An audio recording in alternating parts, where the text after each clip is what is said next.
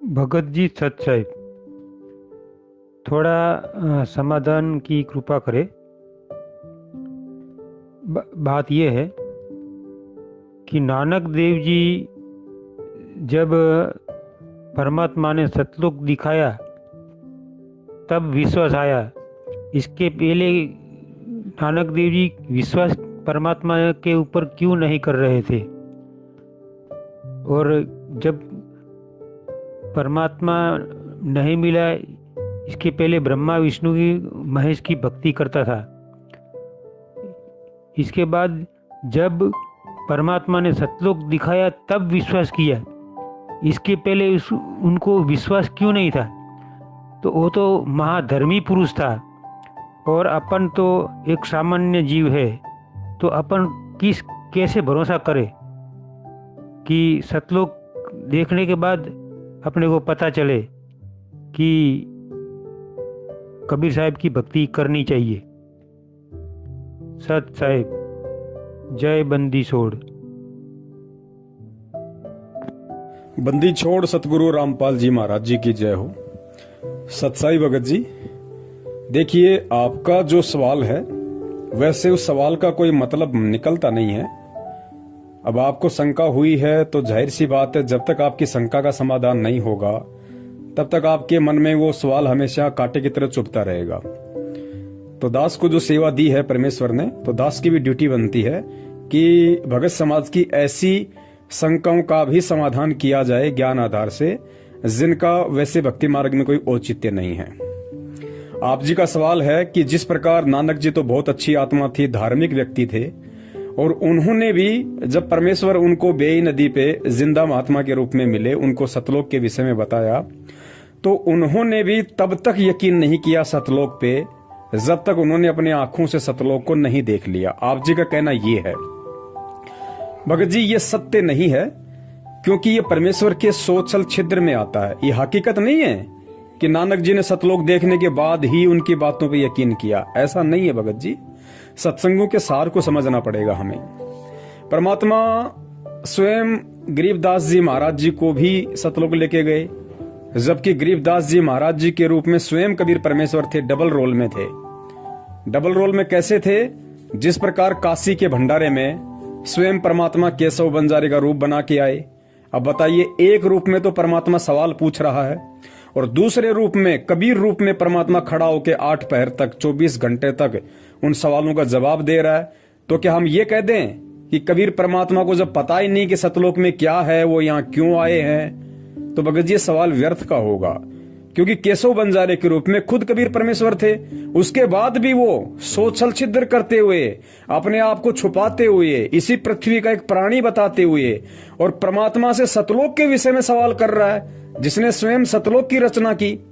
तो भगत जी, हमने परमेश्वर के सत्संगों के सार को, इन संकेतों को समझना पड़ेगा कि ऐसे खेल, ऐसी लीलाएं परमात्मा क्यों करते हैं।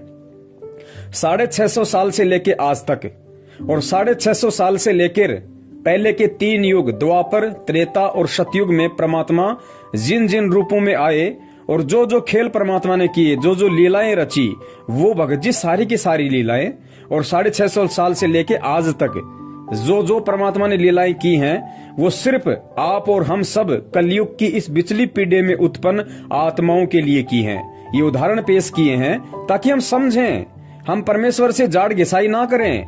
जब गुरुदेव साक्षात वो परमात्मा संत रामपाल जी महाराज जी के स्वरूप में सन 1951 में पृथ्वी पे प्रकट होगा, फिर आगे चल के इस पंथ में प्रवेश करेगा, अपना ज्ञान प्रचार करेगा, हमें समझाएगा, तो उस समय संत रामपाल जी महाराज जी को इन सारी बातों को लेके दोबारा से रिवीजन ना करना पड़े, उनको बात बात पे हमारे साथ में वाद विवाद ना करना पड़े, तर्क वितर्क ना करना पड़े, इसके लिए परमात्मा ने आज से पहले इतने पापड़ बेले थे। तो आपका जो सवाल है, उस सवाल का जवाब ये है कि नानक जी जो थे, उन्होंने परमात्मा से वाद विवाद वास्तव में इसलिए नहीं किया क्योंकि उन्होंने सतलोक को अपनी आंखों से नहीं देखा था। बात ऐसी नहीं है भगत जी।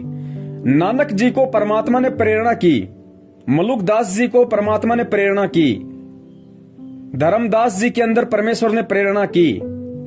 ये सारे के सारे जो खेल थे, इन आत्माओं में प्रेरणा करके और परमात्मा ने अपनी मर्जी से उनको सतलोक दिखाया।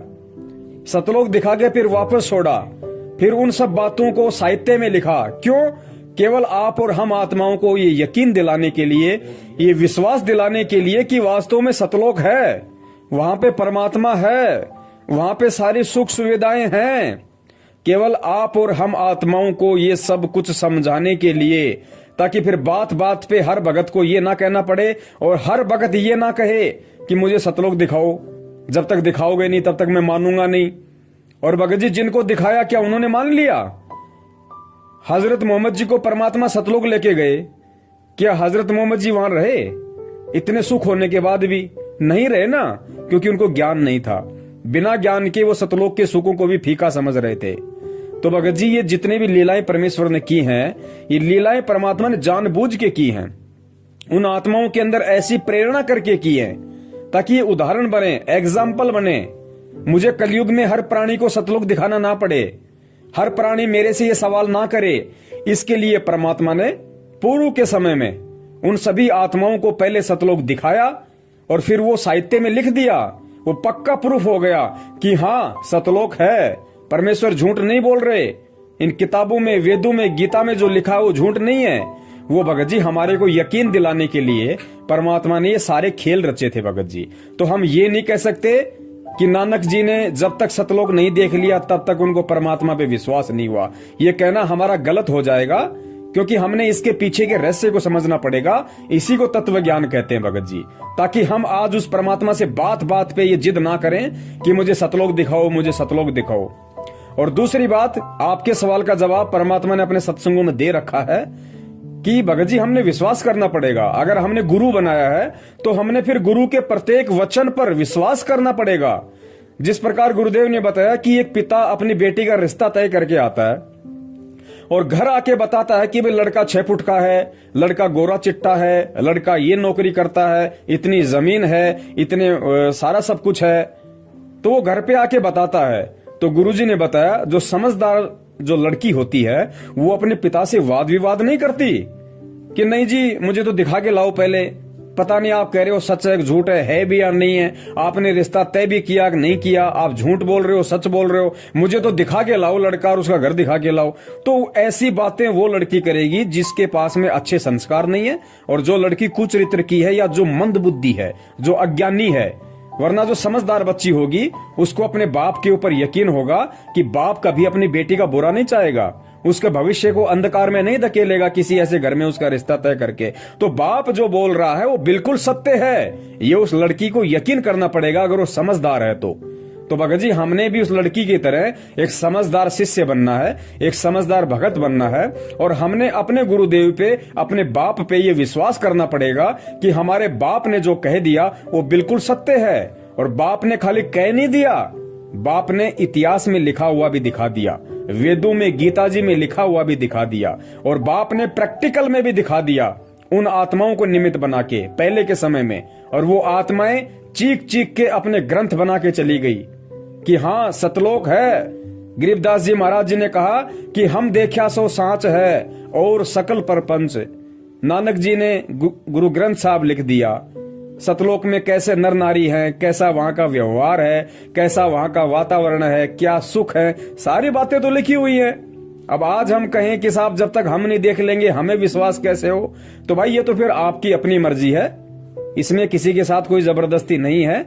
जिसको ये भक्ति ज्ञान समझ में आएगा वही टिक पाएगा, अन्यथा सतलोक देखने के चक्कर में भाई लगे रहो। सत साहेब जय हो बंदी छोड़ की।